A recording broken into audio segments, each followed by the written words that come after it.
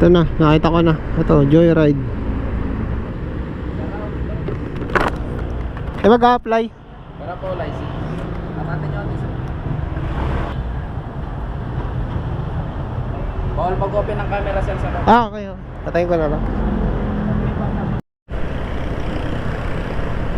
Hey, what's up? Magandang umaga. Ayan, on the way tayo ngayon sa may Joyride dito sa may Cainta, Rizal. At ayun, mag-a-apply tayo mga tol ng MC Taxi for today's video. So dati pa dapat ako mag-a-apply, kaso na-pending dahil yon yung requirements natin ay na-delay dahil ang requirements nga pala nito is barangay clearance, police clearance or NBI. So kumuha ako ng barangay clearance and then tsaka NBI clearance. So naging hit kasi yung pangalan ko, kaya nag-antay pa ako ng verification ng almost 1 month. Kaya ayun, ngayon ko lang din nakuha.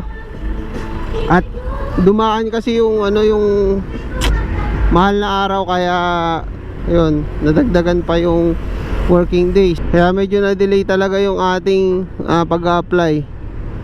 So hopefully makapasa tayo. Bago mag-pandemic, nag-apply ako nun ng angkas. At yun, bumagsak kasi tayo dun sa kanilang drills. Kaya that time kasi may sira kasi yung motor ko. Tsaka first time ko gumamit ng scooter nun. Kaya ayun, bagsak talaga ako. So ngayon, try natin ulit kung papasa tayo dun sa Joyride. So pag-apply na MC Taxi, lalo na pagka mag-training kayo ng drills, make sure lang na hindi malakas yung dragging nung motor nyo, kasi ikot-ikot kayo dun sa sa drills, sa cone. Napaka-traffic pa. So nangyari kasi sa akin nun, nung nag-drills ako, lumalagpas ako dun sa cone. Dahil ngayon, kada birit ko, lakas ng dragging. Kaya ang ginawa ko ngayon, nagpalinis muna ako ng panggilid bago ako pumunta doon sa Joyride. Sana naman makapasa na.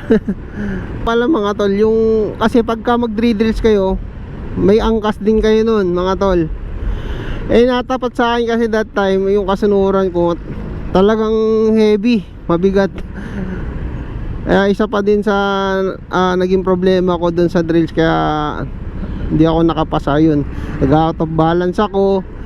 Tsaka yun nga, sinasabi ko sa inyo na malakas ng dragging nung aking ginamit na scooter. So tanda ko pa, yun yung usual ko na ayun, nandun sa bahay na hindi ko na nagagamit. So sana naman certain tayo dito sa ating pag-apply para ayun, pandagdag sa ating kita. Ang bala ko kasi sa gabi ako babiyahe, at sa umaga kung may magbubukas sa pasabay, pwede pa rin natin makuha.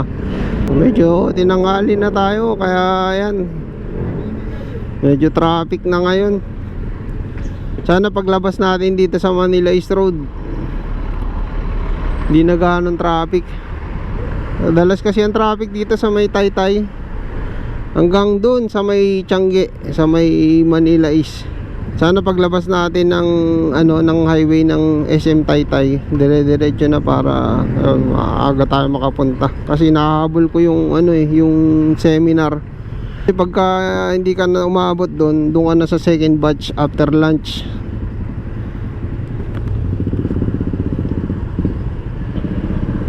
So bago naman ako pumunta doon, nagtanong-tanong muna ako doon sa kakilala ko na Joyride rider. Ayun, shoutout sa iyo Mark. Thank you sa info.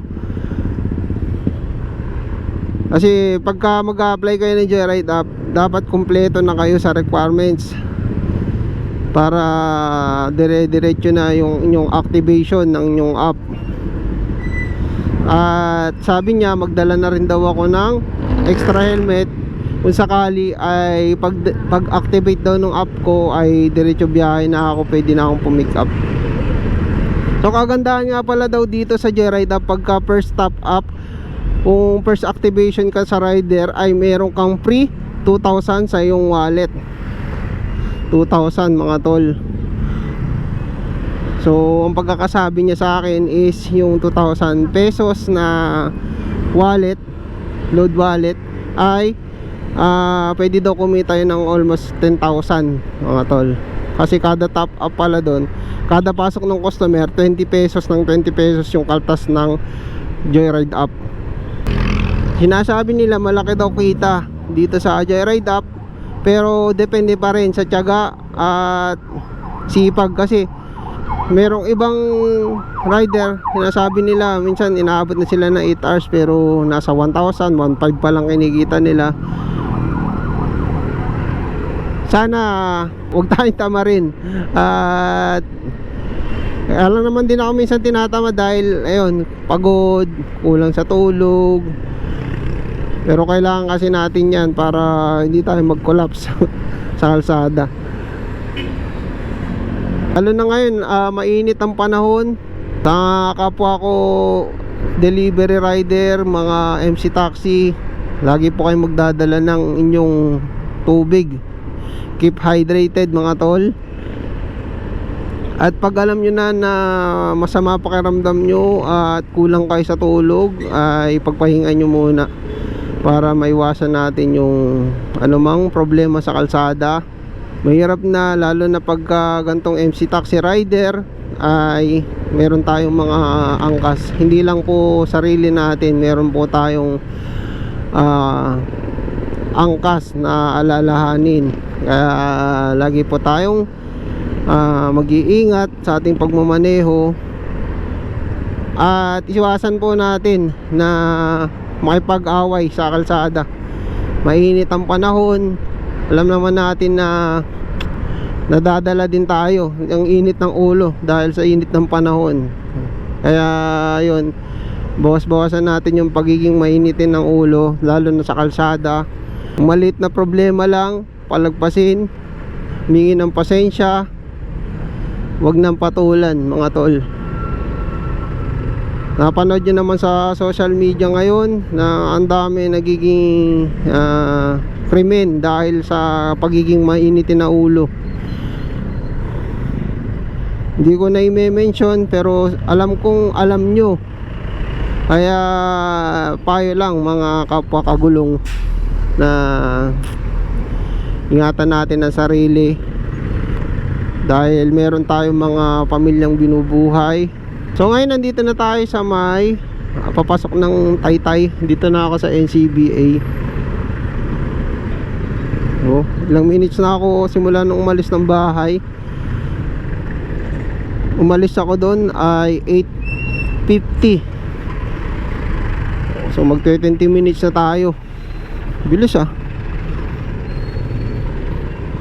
Tsaga-tsaga lang, medyo traffic talaga pagka nabutan ka na ng rush hour.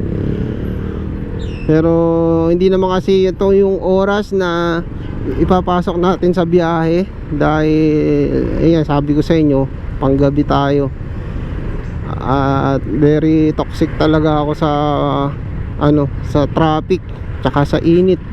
Hindi rin ako tumatagal sa init. Kaya kung sa umaga tayo babiyahe at magpapahinga lang din tayo sa lilim ng puno, wag na lang. Sabi ko, gabi ako babiyahe, walang traffic at hindi pa mainit, diba? May mga ginagawa kasi ako sa bahay, may mga iniintindi ako sa bahay. Ako yung halos kumikilos sa ngayon kasi si Mrs. nga is buntis, hindi siya gano'n nagkikilos pa. At yung tiyan niya ay dalawa po yung baby. Kambal po kasi yung anak ko na dinadala ni Mrs. ngayon. So 7 months na siya. Kaya ngayon naghahapit ako ng pandagdag kasi nalalapit na nga yung kanyang kabuwanan.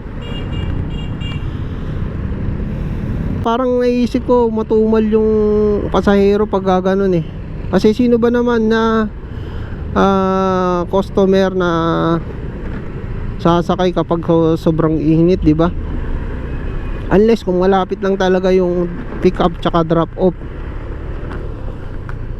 Pero kung mga long ride, Sa palaran na lang para na sa customer pagka yung mga emergency at sobrang late na yung pupuntahan nila, dun talaga. So okay mga tol, dito na tayo sa may junction. Ano, trapiko.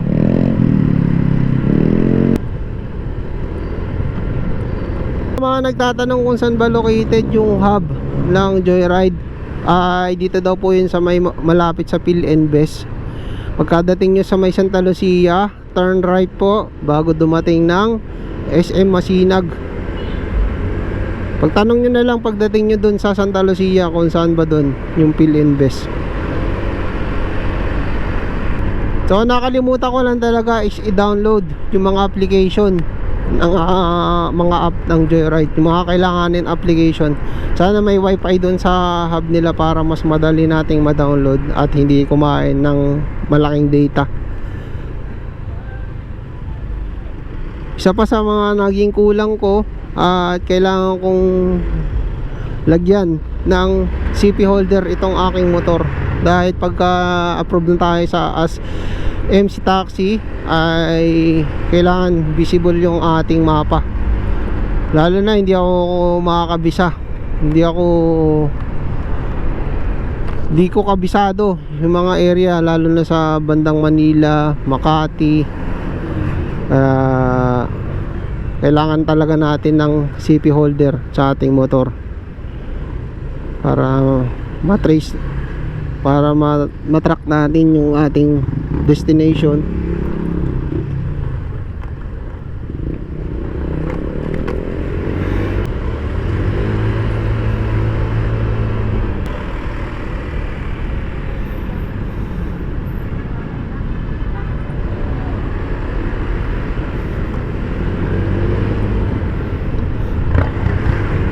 So ayun mga tol, nandito na tayo sa may Marcos Highway at malapit na tayo dun sa Joyride Hub. So, medyo alalay na lang tayo dahil malapit na tayo dun sa ating destination, yung Joyride Hub. Oh, ito na. Ito na, nakita ko na. Ito, Joyride.